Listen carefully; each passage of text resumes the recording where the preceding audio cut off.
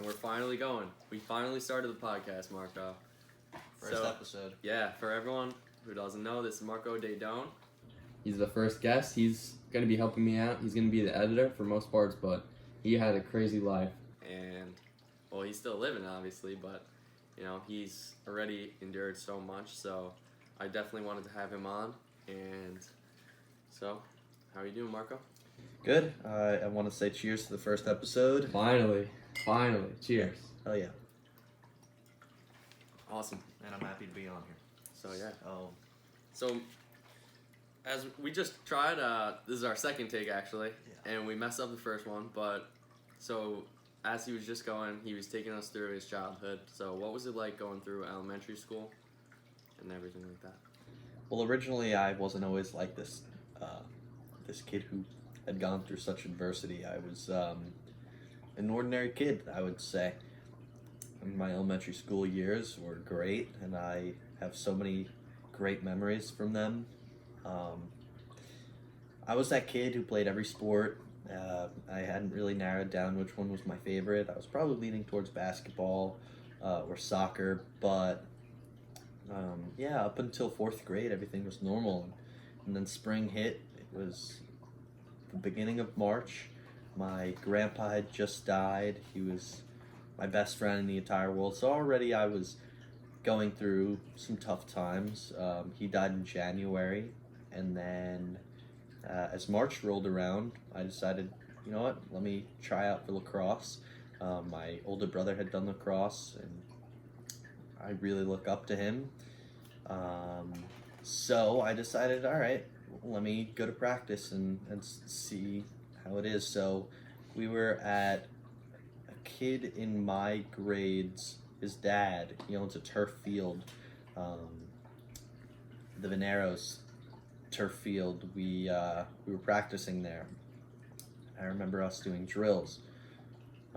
We were going through the cones, and when it was my turn, I was nervous, but I was like, okay, Marco, you can't screw this up. This is your first shot to prove yourself. And I remember going through the cones, and out of nowhere, I felt this sharp pain in the left side of my right knee.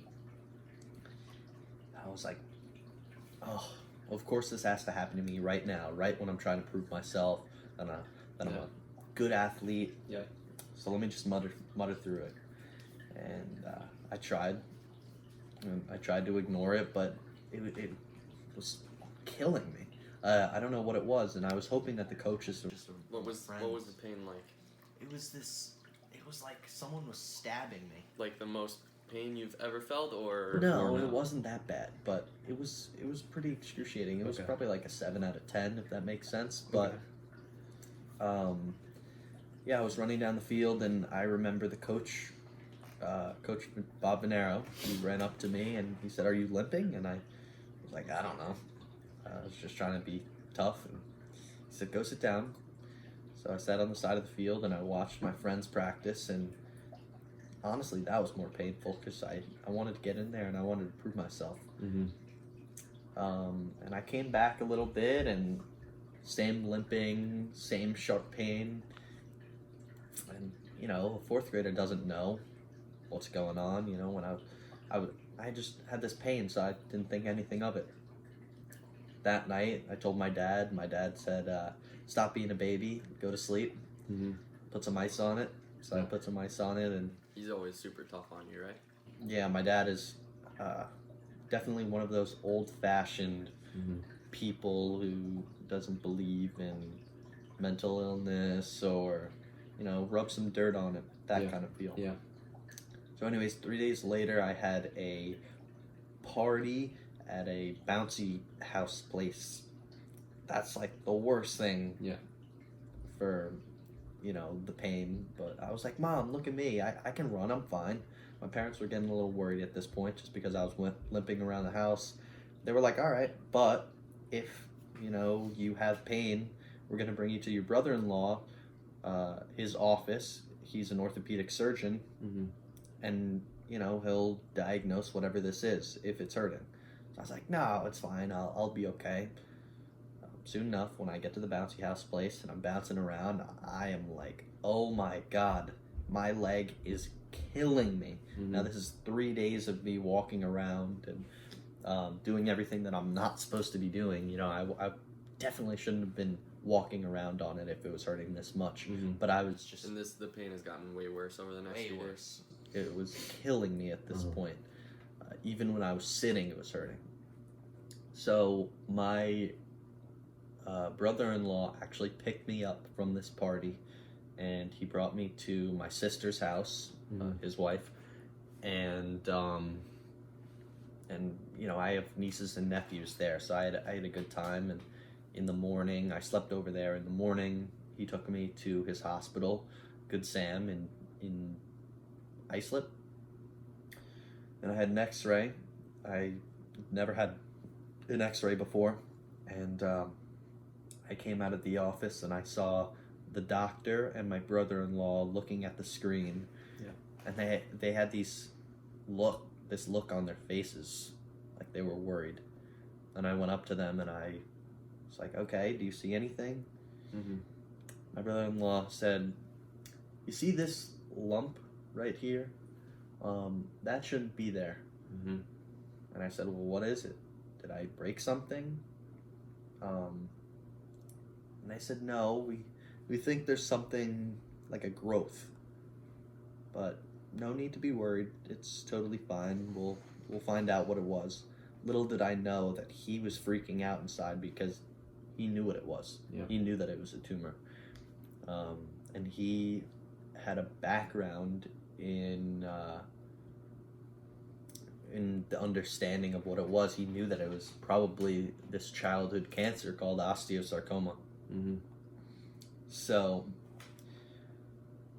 I came home. I remember sitting in the car and I was looking out the window, seeing my brother-in-law talk to my dad, and he was telling my dad what he saw. And my dad came to the car, and my dad was unusually happy, and he seemed like almost delicate in a way, like he was about to cry, but he seemed happy, so I didn't think anything of it. But, you know, my dad's usually this tough, old-fashioned guy, and he was suddenly being so nice to me. I didn't really understand. We went to New York City that next week, and I talked to a specialist after having an MRI, and they said, "All right, Marco, sit down. So this pain that you have in your leg, we found a tumor. It's a common cancer in young children and adolescents. It's called osteosarcoma. So you're going to be out for around 7 to 10 months of school. You're going to be going in and out of the hospital, and you're probably going to have chemotherapy or radiation done to remove the cancer, and you're going to have surgery." And I was so happy. I was like, "Oh my God, 7 months out of school? Yeah. That is awesome." I was so happy. Wow. And, so you didn't realize how serious this was? Not at all. But, you know, I feel like that's common. As a fourth grader, 7 months off school sounds awesome. Yeah, I was 9 years old at the time. Yeah. I was thinking, all right, I'm going to have so much time off. I could just chill at home. So at this time, it wasn't just my dad who was, like, acting really weird. Now it was my entire family. Yeah. My entire family seemed like they were all just acting so nice. You know, not that they aren't nice in general, but they usually, you know, tease me a little bit, make jokes and whatnot. Now they were all just so nice. Yeah. And I was loving the attention. I was getting so much attention for some reason. In the later weeks, I had a biopsy done, and now I was in a full cast on crutches. And I started my first round of chemotherapy. I went all the way into the city. I was in the hospital at Mount Sinai in the Upper East Side of Manhattan. And it was a incredibly different experience. Something I don't know, because I was so used to the Bayport bubble, and now going in and out of New York City, you see all these different kinds of people, and seeing all these sick people. Yeah. I didn't really know what to think. But I came home after my first round of chemotherapy, and I remember 2 days later, I woke up, and I ran my hand through my hair, and I looked down, and I had this huge clump of hair. Mm-hmm. And I looked, and I was just in awe. Yeah. And then I screamed. My mom came, and I was like, why is my hair falling out? Yeah. She said, oh, it's probably the medicine, honey. And my family was so supportive at the time. Mm-hmm.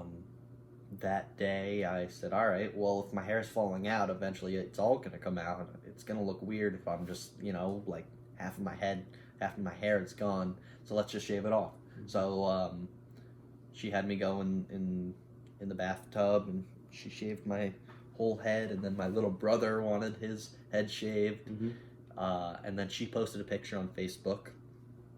Then 2 of my friends from elementary school, the Sennas, Mm-hmm. they got their heads shaved, and they had an M engraved in the back of their head. And then my dad's co-workers were getting their head shaved, and I was getting so much support. Mm-hmm. And it's like I almost forgot that I, was going to the hospital and everything, and that I had cancer, because so many people were just supporting me. Yeah. And it felt so good.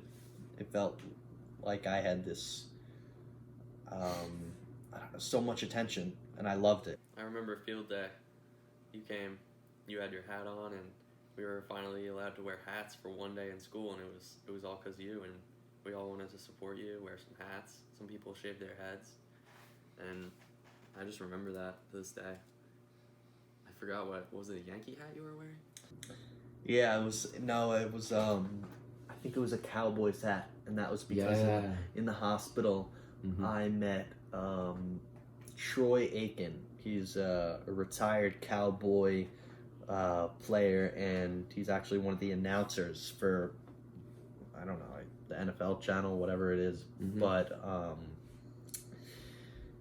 yeah, he came to the hospital where all the kids were.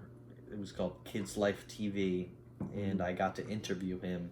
It was really cool. Cool. So yeah, I started wearing that Cowboys hat, and that was in June. That was maybe like 3 months after everything had happened. Yeah, that was when you were feeling better, right? So what was chemo like?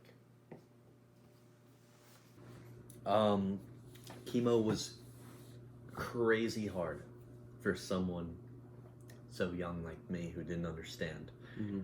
what was going on. Eventually, I had to mature, and some part of me did mature, and yeah. So, like I said, my hair started falling out. This was early March, and I remember this like it was yesterday. Mm-hmm. It's so vivid for some reason, but all of the sudden I would get these nauseous stomach pains, and I'd throw up. Mm-hmm. Yeah, I'm kind of just at a loss for words right now. It was just, yeah, so much happened at that time. Yeah, so I couldn't swallow down a meal. Every few hours I was throwing up. Throwing up to the point where there was nothing left, and then I started dry heaving, and Mm-hmm. now, I guess, being older, I can only wonder what my parents went through, seeing this. Seeing that happen. Yeah, seeing this, your child go through this. Yeah. But at the time, it was hard, but I had this outspread of support. Mm-hmm.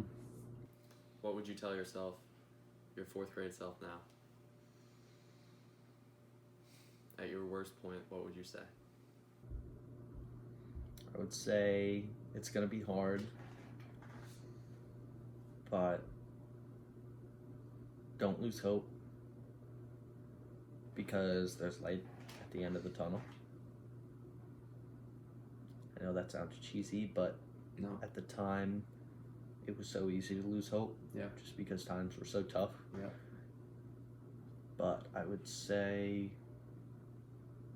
things are gonna change. Mm-hmm. Things are gonna get better, and then worse, but then better again. Yeah.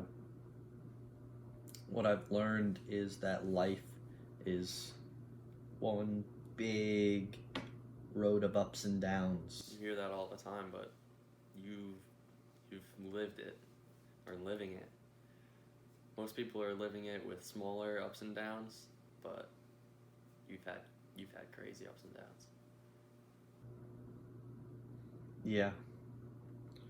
And it's hard for me to understand everyone else's perspective on my life. To me, it's just my life.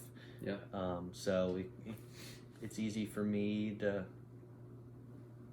I don't know, say everything that I've gone through, but the true weight of it, I still haven't even understood. So, yeah, chemo was definitely the hardest thing that I had to go through. Mm-hmm. That, or 4 months into chemo, I had to have my surgery. This was right around June. Actually, it was June 20th, 2012. Going into the hospital, I was so happy because I was like, okay, I'm going to get my tumor removed. Yeah. I'm going to have this metal leg implanted in. So how did that work? So I wasn't going to have my leg chopped off, like an amputation, Mm-hmm. and have a metal leg like that, but my bone, because it was affected, but all my other limbs were okay.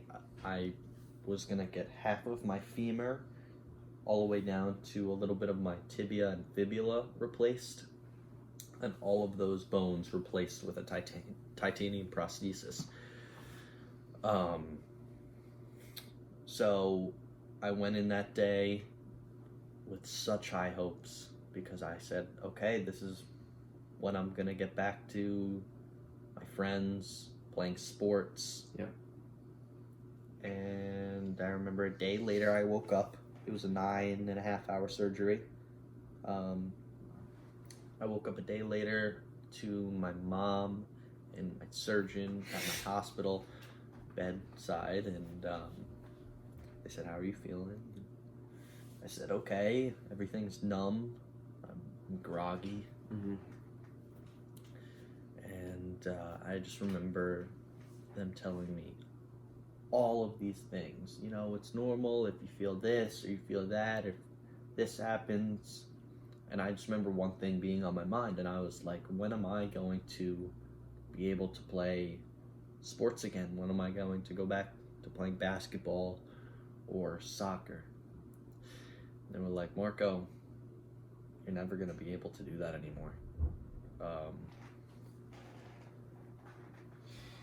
Now that you have this metal leg, you have to protect it like it's a person, because you want to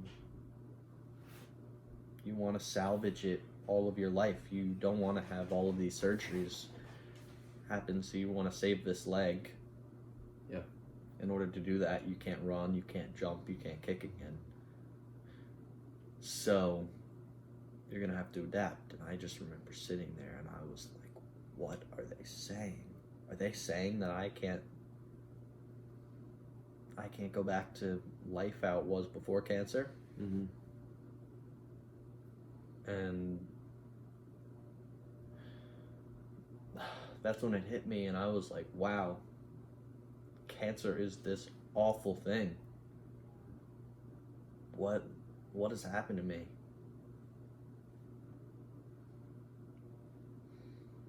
That was easily the hardest thing that I've ever had to go through.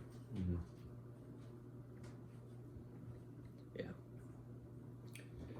because it wasn't just like, oh, you can't play this sport again, but you'll find other sports. It was like my way of hanging out with friends, staying social, staying active. Yeah. It was like playing sports were like the only thing that I found fun. Yeah. School sucked, I thought. So that's why I was so happy getting out for 7 months. Turned out being 10. But my world just like flipped upside down, and I was like, what am I gonna do now that I can't do sports? Like, what's the purpose of life? Yeah. What did you do? Well, it took me a while to adapt to a different kind of lifestyle, but my family was really there for me. And, one day I would hang out with my mom, and then the next day I'd have a day with my sister, and we'd go picnicking, and the next day my brother would whatever. So they did a great job of keeping me from being depressed. Yeah. And letting like the illness set in. Mm-hmm. Because I would say the hardest part about cancer is definitely the psychological part. Yeah. Not to take advantage of the small things too. That realizing, what your life has become, how hard everything is now, wanting to be normal, but realizing that you can't really have a normal life anymore. Mm-hmm. Yeah. It's so hard for me talking about this because there are so many things that I could be leaving out, but some parts are just so fresh in my mind. Yeah. Of what? Not being able to do things that you were used to doing? Mm-hmm. Because I still go through so many things that cancer has affected. I still would love to play, these sports, and I'd love to do whatever people my age are doing, but in some way I've kind of matured, and I've said, okay, I have so many other things that I can do. Yeah, like you found swimming. You were on the swim team for a while. Mm-hmm. Didn't you do golf? I did golf. Using my voice, trying to inspire other people. Yeah, of course. Just trying to make someone's day better. Yeah. That sort of thing. Yeah. I realized, one thing that you say or do to a person can change someone's entire life. So I've tried to be as nice as I can to people. Yeah. Were you a Make-A-Wish kid? Like, you went to, what was it, Florida? So, this was right after my surgery. No. Yeah, so right after my surgery, we started planning my Make-A-Wish. Mm-hmm. And we said, okay, it's going to be best if I do my Make-A-Wish vacation when I'm cancer-free, because it'll just be that much better. So my dream at the time was to swim with the sharks. I wanted so badly. I was like, wherever we go, I just want to be able to swim with the sharks. And they were like, all right, so let's do that, but make it 10 times better and go to a tropical place and make it an all-out experience. Mm-hmm. So they said, all right, let's go to Hawaii, because there are so many sharks there and so much wildlife that we would never experience. We said, let's go to a place that we'd never go to in our lifetime. Mm-hmm. We were like, all right, let's go on a 12-hour plane ride which was crazy. And yeah, let's go swim with the sharks, but let's also have a crazy experience where there'd be luau's and the beaches, and everything was just so out of this world. So this was in 2013. We had a limo pick us up at the house and drove us to Newark Airport. It was a 12-hour plane ride there and like a 10-hour plane ride back. We got to go to Honolulu and Maui, and it was like the best time I've ever had. It was so fun. That's awesome. You were with your whole family, or? Yep. So I was with my sister, my two brothers, my dad, my mom, and yeah, every night we would go out and have this awesome food, and we'd surfing. The hotels had all of these pools, and I'd go to the gym with my older brother. The culture was just so cool there. It was like everyone knew each other. I loved it. And the environment there, we went into the forest and did like cave jumping, like there'd be pools in these caves, and it was crazy. Mm-hmm. It was so fun. That's awesome to hear. Yeah.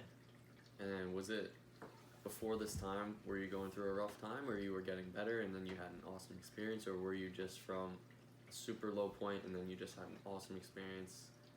What was it like before your trip to Hawaii?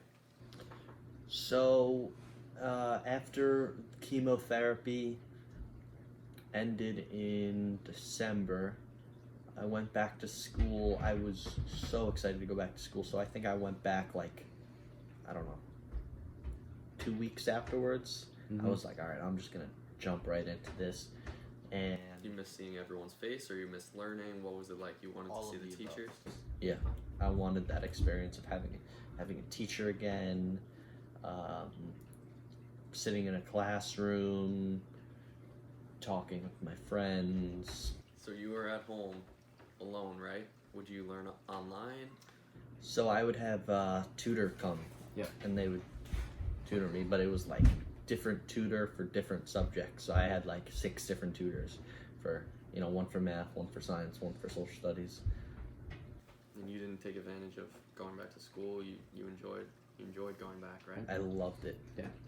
And it's really made me appreciate how great school is. Yeah. Because I could tell you so many people who say school sucks. Oh yeah, almost everyone.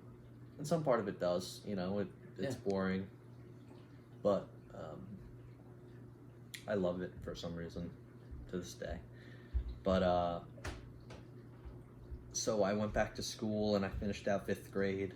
I went to middle school, and that summer between 5th grade and 6th grade, that's when I went to Hawaii. So yeah, I still, I walked with a limp now. Yeah. My leg wasn't anywhere near as strong as it was before.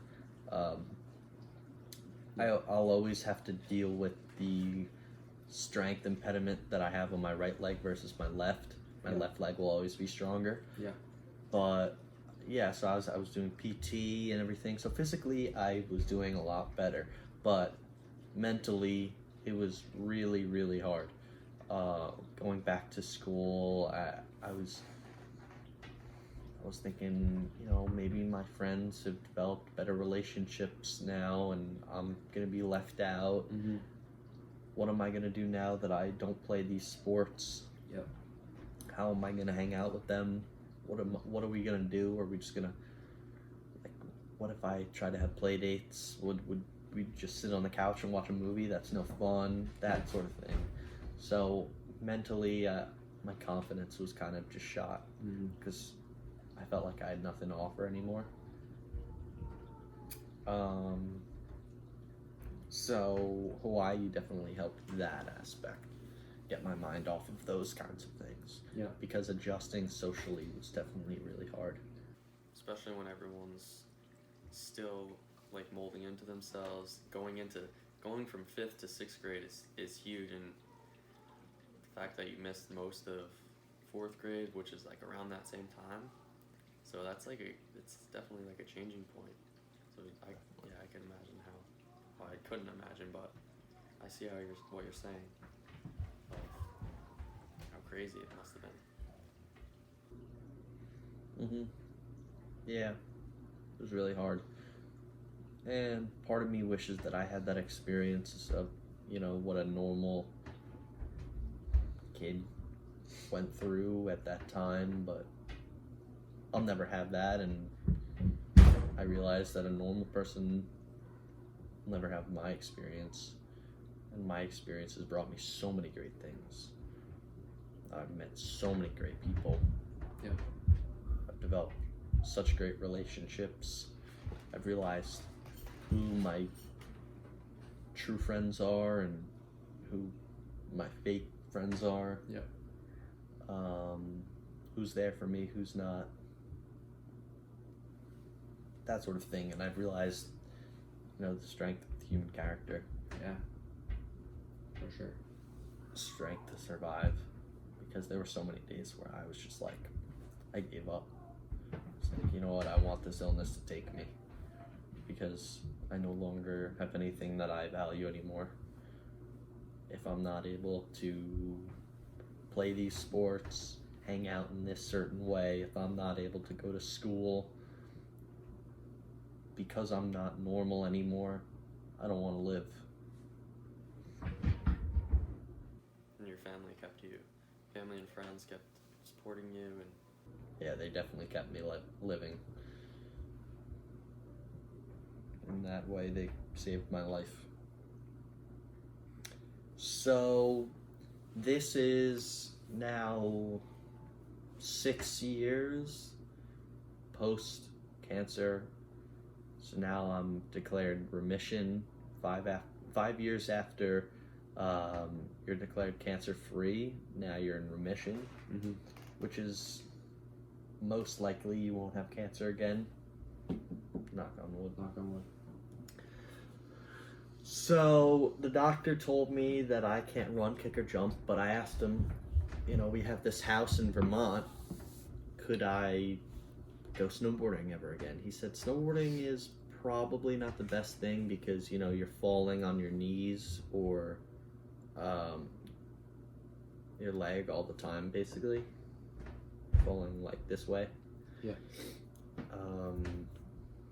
So he said, why don't you ski instead? There's a lot less stress on your joints, on your legs, because instead of there being one board, now there's two. So I said, okay.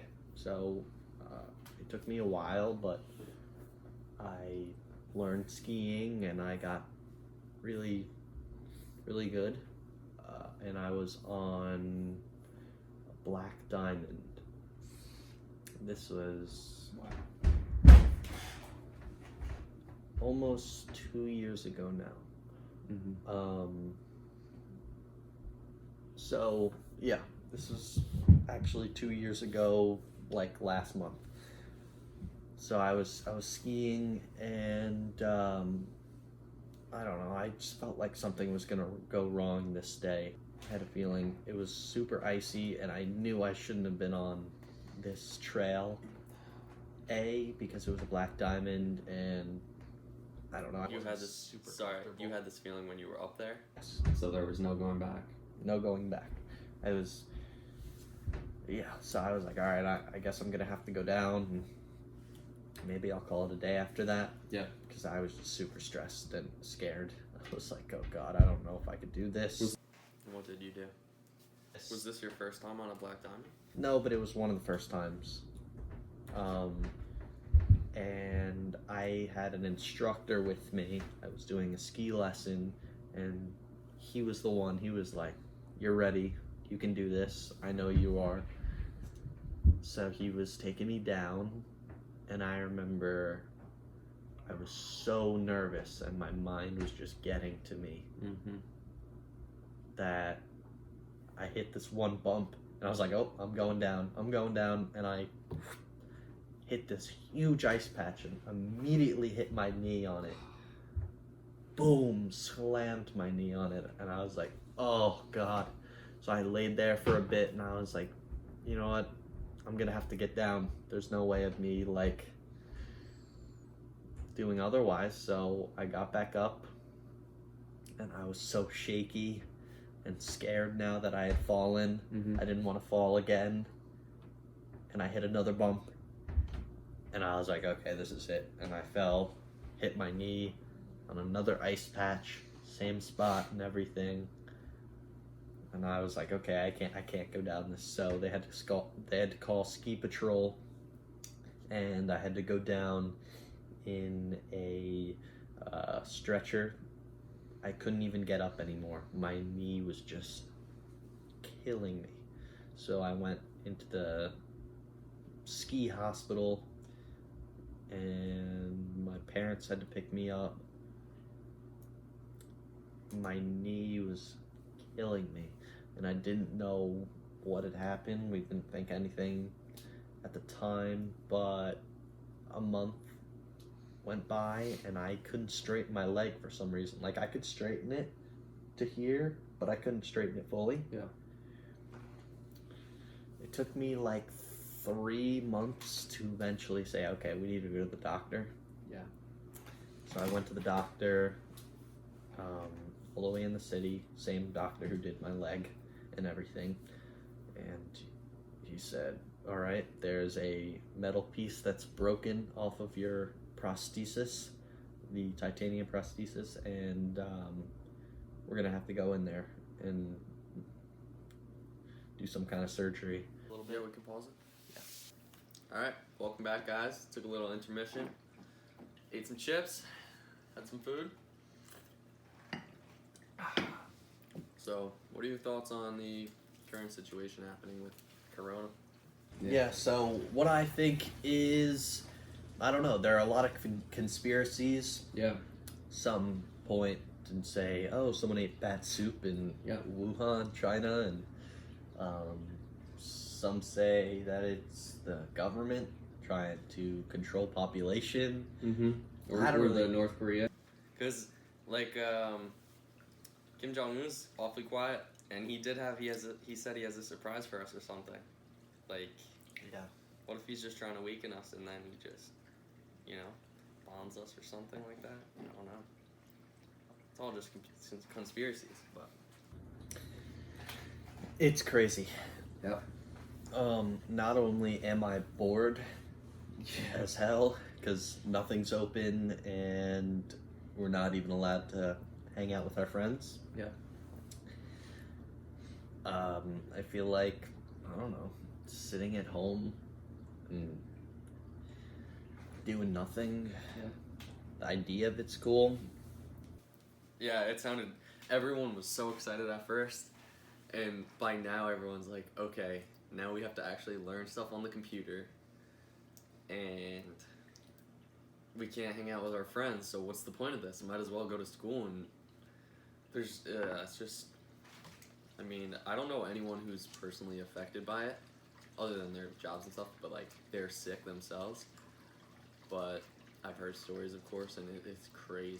I've talked to nurses at the place I work, at the ice cream place, and they said they're out of beds and stuff, and the doctors have to give up their offices to house the people who are sick, and the military just had to come on Long Island, actually, and they just built more shelters to give people somewhere to stay who don't have a room. So it really is crazy, and everywhere's closed.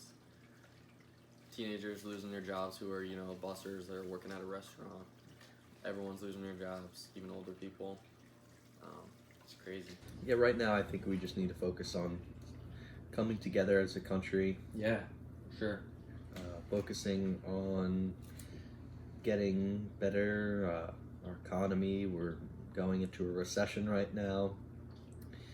And when there's great downfalls, there's great uprise. So this is a huge bear market. Everything is down in the economy. So this is a great time to buy because everything's cheap. Yeah. So instead of thinking negatively like this, Yeah. I For sure. think that everyone needs to start helping each other out. Well, For first sure. off, we need to obviously stay quarantined until, the time is necessary, and we need to go back to work again, and we need to stimulate the economy by going and buying goods again, and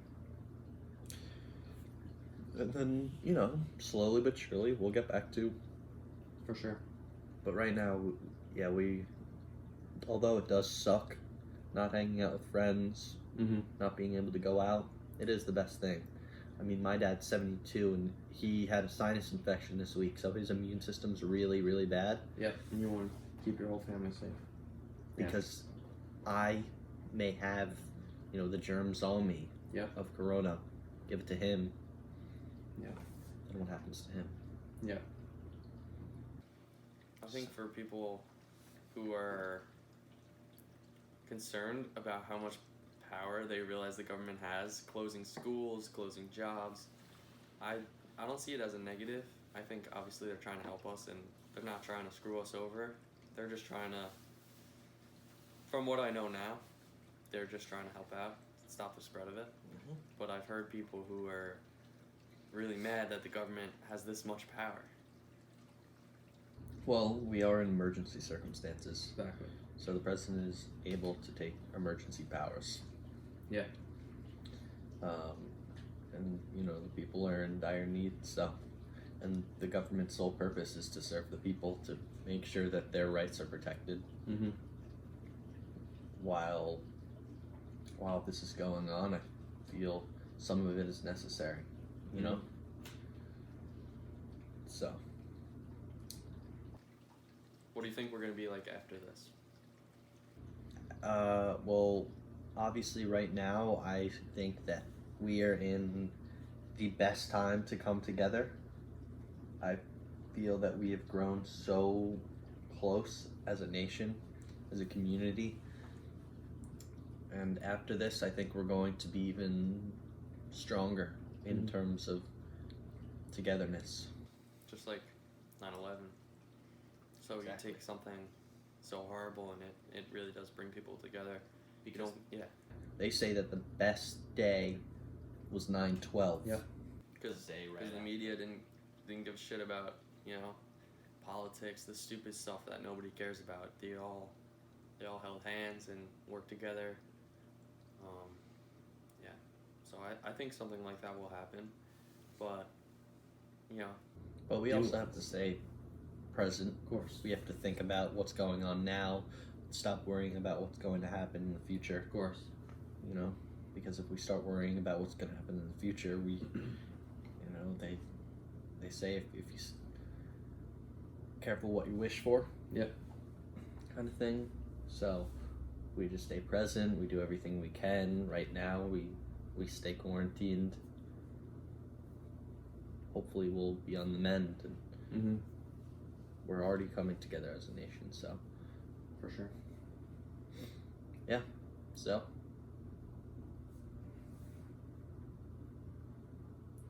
I'm hoping it doesn't just go back to normal. I hope people really learn a lesson from this. Me too. And I'm pretty optimistic about it, but then again, it's like, this could be really bad.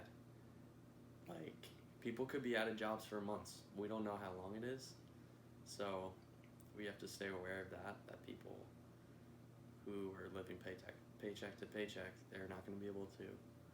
But we deal also with have. So for those who don't know, David Goggins is a retired Navy SEAL. He was the 36th African American Navy SEAL, and his mindset is just incredible. Mm-hmm. He is a motivational speaker now, and you can see him. He's on multiple platforms: Facebook, Instagram, YouTube, and he has this motto: "Stay hard." And basically, what that means is exactly what Nolan said: getting yourself uncomfortable, following your fears, going exactly in that direction. Mm-hmm. To challenge yourself in every way necessary and possible. And all of that just makes you stronger socially, mentally, physically. So for me to wake up in the morning, 4 in the morning, to go to the gym at 5, then go to school at 7, and keep going with my day, I think it's the best thing you can do for yourself. Mm-hmm. Just, so many people just go through the motions with their life rather than to challenge themselves. They go to college, they get a job, they have kids, and then they die, rather than to test yourself, see what your potential is in life, how much you can do. Mm-hmm. I think it's great that we're doing this podcast. Of course, I'm not comfortable with voicing my opinions and everything that's gone through my life, my trials and tribulations. But if I'm fearful of it, Mm-hmm. I'm gonna run towards my fear, because behind fear is success, I believe. If you overcome that fear, then success is right there. So one less thing to be fearful about for me. So it's incredible. I think everyone at least should be uncomfortable in some way. Yeah. Whether Definitely. it's the workplace, in your family, in whatever it is. The Goggins mindset needs to survive, and people need to start taking initiative. Mm-hmm. Definitely. Mm-hmm. All right. So, what do you, bouncing back after cancer, you are like a strong believer in the Goggins mindset and so this is basically not coming up with excuses, doing anything you say, getting yourself uncomfortable. So how does that make you feel when you achieve something like that? Say you wake up early before school, hit the gym, go to work, have a long day. How good does it make you feel to get uncomfortable? Mm-hmm. Well, you can definitely testify for that. I mean, the Goggins mindset's helped you, right? Yeah, for sure. Getting uncomfortable helps you with no matter what it is, like job applications, all that stuff. If you're not scared and you own up to your fears, you can do whatever you want. It's crazy. Nothing holds you back. I think it's good that we're talking about Goggins, right? Yeah, for sure.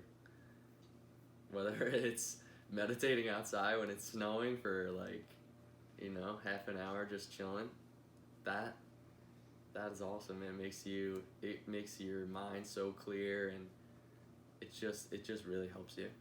It helps everyone. You don't have to go that far, but that's something like Goggins did. He would go swimming in 10-degree weather and then go for a run after that with no shirt on. He really would challenge himself, and he had an effect on me and Marco. We would always hit the gym, do whatever, go on runs. Marco would bike with me.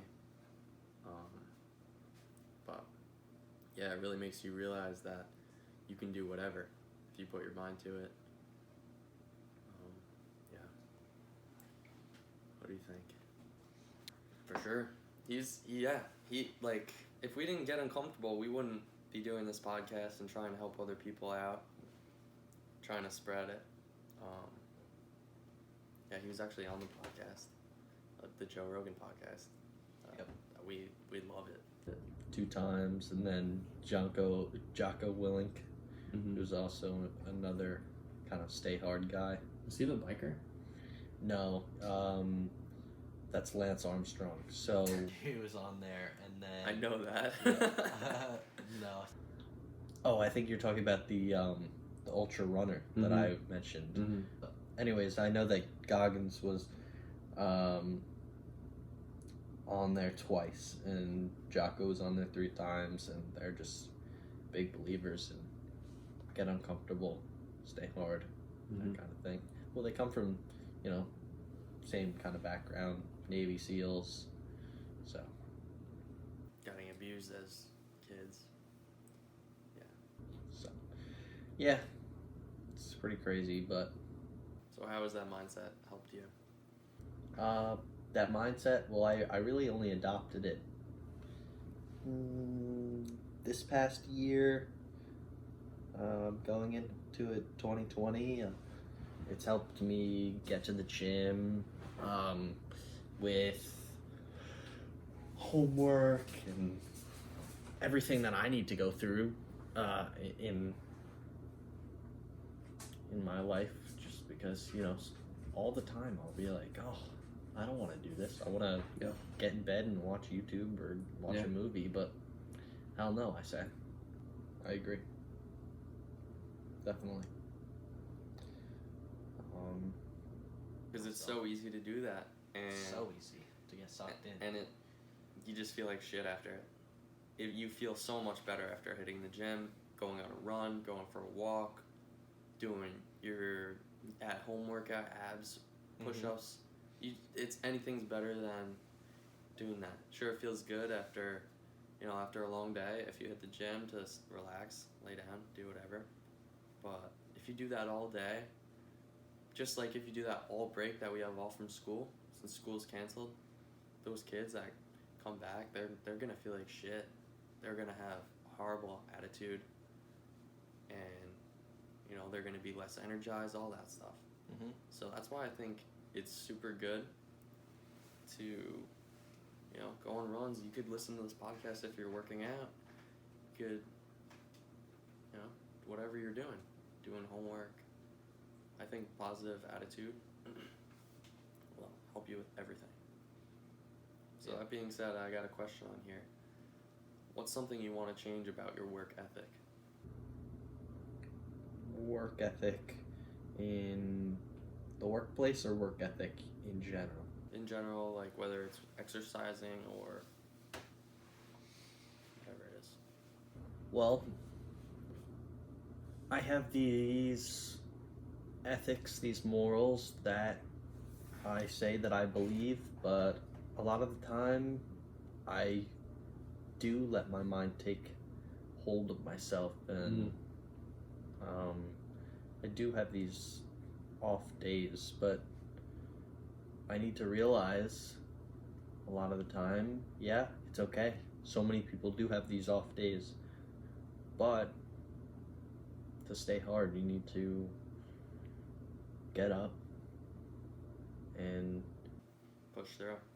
You feel so much better, especially after those bad days. Those are the best days.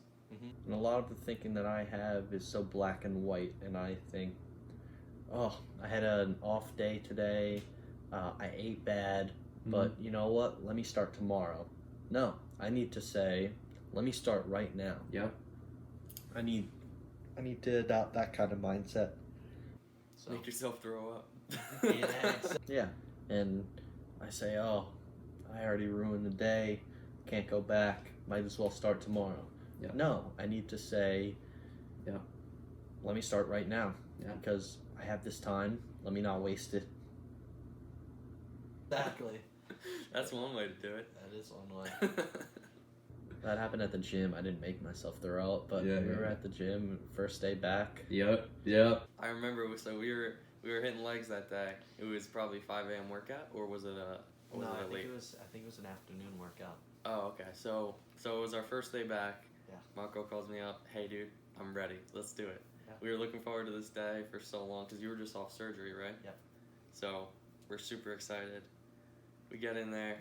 I didn't even think of it at this point to go soft on him because you were out of the gym, right? For maybe 2 months? A month? 2 months. So we didn't even think to go easy. Well, I didn't. I don't know if you did, but no, I didn't. So we're hitting legs. We're hitting some hamstring curls, and he's like, "Dude, I'm not feeling so well." And he's like, "I'm gonna yak." So we're like, "All right." So I pull over the garbage, put it right next to him. He yaks in it. He's like, all right, I'm gonna go again. I'm like, dude, you should not go again. He's like, I don't care. Yeah. We gotta stay hard. Yeah. And he's yakking while doing it. He's curling his legs. That was on leg day. And so, it was awesome. We'll see. When Marco edits this, we'll see if we can pull up that picture. Yeah. Of you yakking. Yeah. Oh my god, it was so funny, and that just motivated me so much. And the people around us were death staring us because it was fucking gross. Yeah, it was gross. But it was awesome to see. It was the garbage can right next to you. You're doing it as you're throwing up. You finish throwing up, wipe your face with paper towel, throw it out, do more. And you just, damn. So what did that feel like? Well, you definitely inspired me, so I said, okay, I'm not gonna just throw up and call it quits. I need to keep going. I need to stay hard because that's what life's all about. I can't just let life kick me down, and I can't stay on the ground. I need to get up sometimes. After feeling like shit, not doing anything, you sat in bed, right, for the most part, for 2 months, to just do that. What did it feel like to step in the gym, finally? I loved it. I love every second of going to the gym. Yeah. Yeah, it sucks getting to the gym. Once I'm there, I'm pumped, and it's like the perfect opportunity to showcase not just your physical strength, but your mental strength. Yep. That was definitely a case of mental toughness. You just kept going. Yeah. Wow. Doing exercises for, I don't know, repetitions upon repetitions, hours upon hours. It definitely takes mental strength. I mean, you're literally working to failure, to physical and mental failure. So, yeah, it's something I want to keep doing for the rest of my life. Keep working out. What do you have to say to yourself or other people who can't find motivation right now? I would like to say, use your anger, your sadness, your frustration. Use that as motivation. Use your situations, your circumstances. You know, you may not have access to a gym. You may not be able to go to the gym. Yeah. Use whatever you can To do it. to do it. To do it. To do it. Even when you had your brace on, you had weights next to your bed, you had bands for flies. You got it done. As much as you could, of course. Like. Yeah, it sucks. You know, you may not have the equipment that everyone else has, but you do have something, and you use that something, and you don't even have to look for the physical results. You'll just feel better that you challenged yourself mentally. It's like the best feeling ever.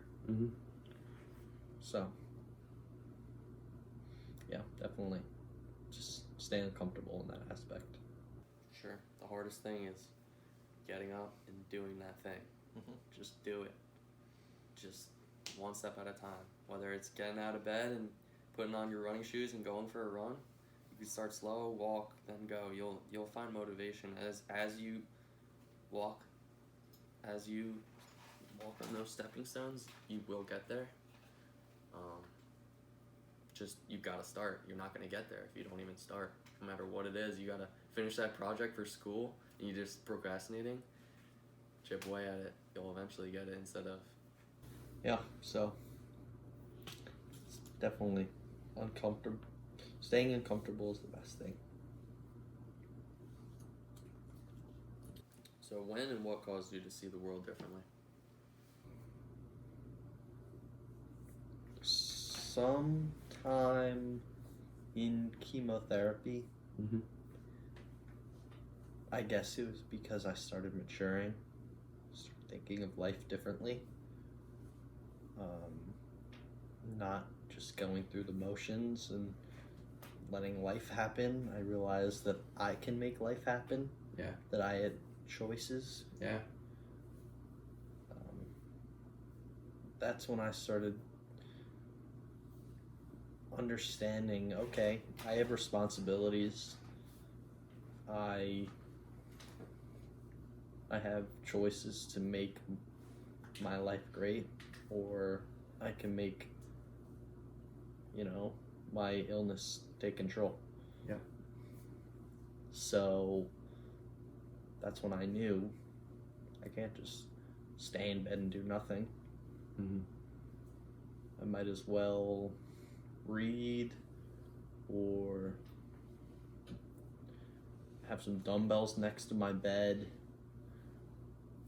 That's when I really knew I can't just let this illness take hold of me, because what would my family think? Mm-hmm. What would my friends think? Mm-hmm. What would I think 10 years down the line when I see myself? Do I want to remember my illness having the best of me, or me taking the opportunity and overcoming adversity? So I think this is definitely awesome. I got one last thing. I said, what do people not understand about you?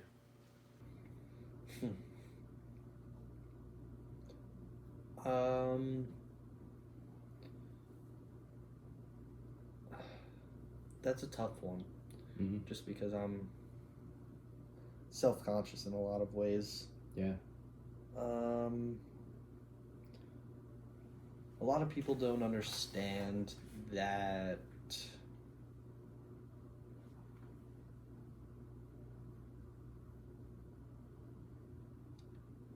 people can change. Mm-hmm. I may do this thing one day. That doesn't mean that I'm going to do it every day. I may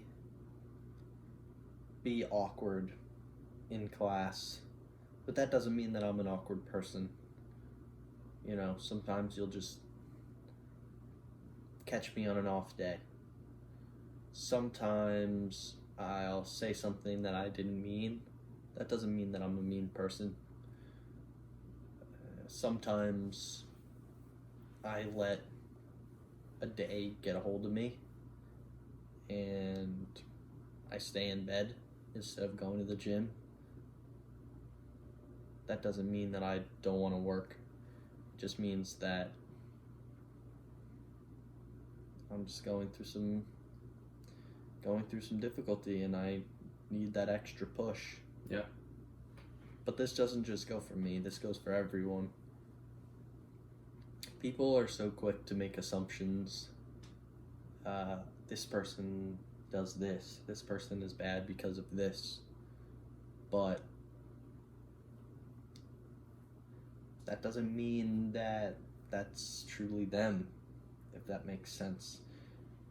And it's hard to really put specificity on it, put specifics. But in the cliche saying, don't judge a book by its cover, sort of thing. That I feel people don't understand, even though they may say that they do. People are so quick to make assumptions on other people. So, I say keep an open mind, go into life, and have hope that people can change. Yeah. And if you're uncomfortable with a person, say it rather than hold that grudge and do nothing and just make that assumption, because that's the worst thing that you can do. Mm-hmm. That I feel people don't understand. That's awesome. Well said. Thanks. I think, you have anything else to add? I think we covered it. Yeah, that's awesome. Well, we finally got one podcast done. I think we're gonna. That's awesome. If you guys are listening and you made it all the way here, that's cool. We're gonna pump out some more. Marco's gonna be the editor in the future, but I know his story is awesome, so I wanted to share that. And yeah, we're gonna have some other people on. We're gonna try and pump some out. I don't know, maybe we'll try for once a week, but this virus is making stuff very difficult, so Yeah. we'll see when our next one will be. But yeah, hope you guys enjoyed listening. I had an awesome time listening to Marco. I didn't know about any of his childhood. I just knew like the basics that, you know, he went through this, but hearing the stories just definitely helped me. I don't know, but yeah. So anything else you want to add? No? All right, cool. So we'll see you guys later. Hopefully you tune into the next one. Hopefully you liked it. So yeah, peace out. Yeah. Thanks for having me. Anytime.